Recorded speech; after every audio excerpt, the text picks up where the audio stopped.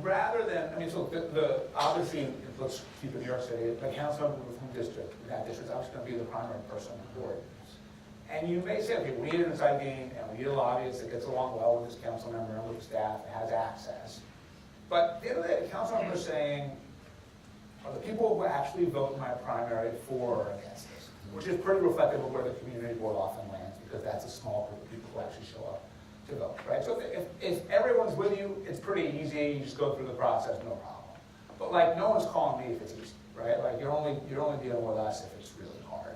In that case, you gotta want to figure out, I gotta scare the shit out of this person, right? And how do I make them, and that might be conducting lots of opposition research, for example, into the council member on issues that have nothing to do with zoning, right? You know, did they get a DUI? Did they cheat on their taxes? Did their brother-in-law get a DUI? Whatever it is, you may use that information, you may not, but you've got to be able to figure out, how do I scare them enough that ultimately my interests are more important than the interests of the community board or whoever's opposing this thing. And look, along the way, you're always going to try to negotiate something so it looks like at the end of the day there's agreement, and you got to give them some cover to actually doing it, not just that they're afraid of you. But you know, I think it's, you know, in my mind, you've got to be willing to sort of figure out, how do I make my need politically relevant to the person in charge? And if you can't do that, you're not going to win.